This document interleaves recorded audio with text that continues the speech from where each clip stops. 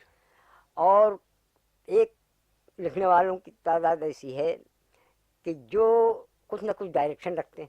ٹھیک ہے. مثلاً یہ کہ اب ہم کو کدھر چلنا، کم سے کم موڑ بتا دیتے ہیں، سمت بتا رہے ہیں. ٹھیک. لیکن بیشتر ایسے لکھنے والے ہیں کہ جن کے وہاں کوئی سمت نمائی بھی نہیں. ٹھیک. اچھا مجھے یہ بتائیے کہ یہ سمت جو ہے یہ متعین کہاں سے ہوتی ہے، وہ کیسے ہوتی ہے؟ بھائی وہ کوئی اسٹیٹسٹکس تو ہوتی نہیں، وہ نہیں، وہ تو فکر سے متعلق وہ ہے. تو اشارے ہوتے ہیں.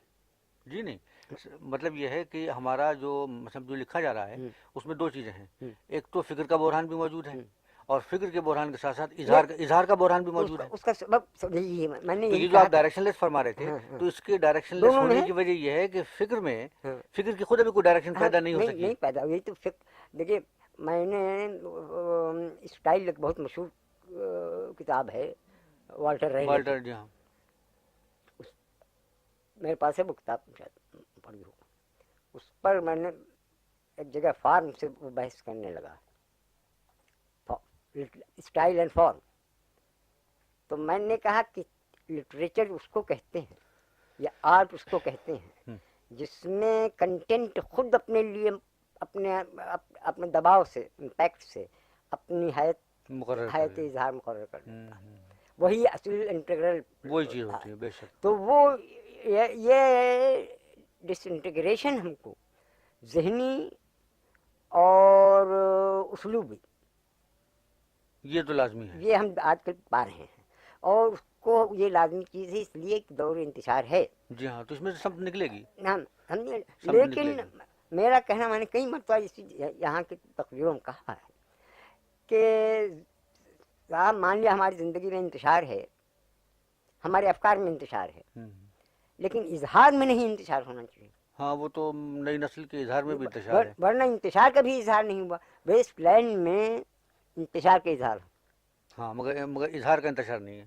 اظہار کا انتشار وہ تو بہت جامع بہت جامع ہے. ویسٹ لینڈ جی نہیں، اسی لیے وہ پڑھا سب کے کہاں سے ایک طرف ٹائرسس جی ہاں، جو سوت شیئر ہے ایڈیپس کے زمانے میں، بے شک. سمجھے، وہاں کا ہاں، حوالہ کتنی دیتا ہے، چیزوں کو اس نے رب کہیں دیا ہے، حوالہ دیتا ہے. ہم آہنگ تو کیا میں ہے. نے کہا، میں نے کیا لکھا ہے، the wasteland remains wasteland in spite of being great. ہاں ہاں ہاں. انگریزی میں لیکچر دے رہا تھا، میں نے بتایا تھا. مگر مجھے صاحب اس کا وہ جو عاشق ہے، کیا کہیں تو، مگر آئی میجر مائی لائف میں نے کہا نہیں، مگر کافی سنیے تو، اسپون. یہی تو ایک چیز ہے کہ it is great in parts ہاں، ناٹ ایز اے ہول. مگر نہیں صاحب، وہ تو ایک اکائی تو بنتی ہے. ہوں؟ ایک اکائی تو بنتی ہے اس کی. نہیں، وہ اکائی تو بنتی ہے، یعنی وہ اکائی بننا ٹکڑے تو ٹکڑے جو ہیں وہ لیکن بڑی عمارت کا حصہ ہے، وہ پوری پورے عمارت ہول بنتی کی ہے. حیثیت سے وہ اتنی گریٹ نہیں ہے جتنے پارٹس. اچھا مجھے معاف کیجیے، میں تو یعنی خود آپ سے وہ کرنے لگا، انٹرویو تو آپ کا ہو رہا تھا. ہاں نہیں، آپ تو تو بہرحال اس پر نہیں، میں تو یعنی نہیں، ٹھیک ہے. تو مجھے تو ہاں، اپنی رائے نہیں تو دینی چاہیے، ہاں خاموش تو رہنا چاہیے. نہیں، تو میں یہ عرض کر رہا تھا مجھے صاحب کہ آپ نے میرے خیال سے یہ اپنی زندگی کا طویل ترین انٹرویو دیا، جس میں آپ تو بہت خوش ہوئے، میں بھی خوش ہوں، لیکن امتحان دونوں کا ہوا. تو اب میرے خیال سے یہ ہے کہ یہ چونکہ آج ختم ہو رہا ہے، تو میں یہ چاہ رہا تھا کہ آپ اپنی کچھ اشعار سنا کر اس انٹرویو کو ختم کر دیں، کہ متفرق اشعار سنا دیں جو غزلیں یاد ہوں، کیسے اشعار سن کچھ عاشقانہ ہوں، کچھ اچھے ہوں جو بھی آپ. بھائی، ہم نے تو شعر اس لیے کہے کہ لوگ کہتے اچھا. گالز وردی ایسا ہاں روز مائنڈڈ ہاں ہاں. شخص، جب اس نے ابتدائی مشق بائی لسٹنگ ان نمبرز کیا، اس کی پوئمس کا مجموعہ کو چھپا ہے جی، جس میں کوئی کیفیت نہیں ہے. ظاہر ہے. تو لیکن میرا جو کچھ اور چاہیے وسعت میرے بیان کے لیے، جی. میں اب کہنے کو اب بھی شاید کوشش کروں کہ 2-4 مصرے میں تو بول لوں، ہاں ہاں، وہ تو مگر اس زمانے میں چونکہ مشاعرے ہی سے بگن کیا. اچھا. تو اسی کا آپ بس کو سنا دیں، اس لیے کہ کچھ میرا چیلنجنگ نتیجہ تھا. اچھا. کیا چیز، کتنا اشعار سنوں گے؟ آپ سناتے رہیں بس، متفرق سنا دیں. ایک غزل جی ہاں. تھی، وہ آتش کی تھی، اس میں پھر ریاض کی غزل تھی. اچھا. تو ریاض کا مثال طرح دیا گیا تھا، یہ محشر ہے یہاں اب ہوش میں دیوانہ تھا. ہاں. تو اس میں نے جی 3-4 اشعار یاد، 3 اشعار جی، یاد. جو یاد ہے آپ سنائیں. یہ یاد اس لیے آ گئے کہ ایک بزرگ سجادہ نشین خانقاہ رشیدیہ کے اچھا. عبدالعلی ماسی کے بعد، اچھا، آصف غازی پوری. ہاں، وہ سب پوش ہمارے وہاں بڑے رئیس تھے، ان کی صدارت میں کا. اچھا، کیا جی سنائی. اسی سجدھج سے پھر مجنوں سوئے ویرانہ آتا ہے. اچھا، اسی سجدھج سے پھر مجنوں سوئے ویرانہ آتا ہے، مبارک نجدیوں کھویا ہوا دیوانہ آتا. واہ. تو اس میں ایک شعر تھا، جی. خیر ایک شعر سن لیجیے تو اس کا. وہی اہل نظر پر بجلیاں برسا کے چھپ رہنا، وہی اہل نظر پر بجلیاں بجلیاں برسا کے چھپ رہنا، تجھے کچھ اور بھی ہے جلوے جانا نہ آتا. ہاں ہاں، اچھا نکالا. تو اس میں ایک شعر تھا کہ زمین کچھ اور ہوتی ہے، فلک کچھ اور ہوتا ہے. واہ. یہ زمین کچھ اور ہوتی ہے، فلک زمین کچھ کچھ اور اور ہوتا ہے. ہوتی ہے، فلک کچھ اور ہوتا ہے. جی.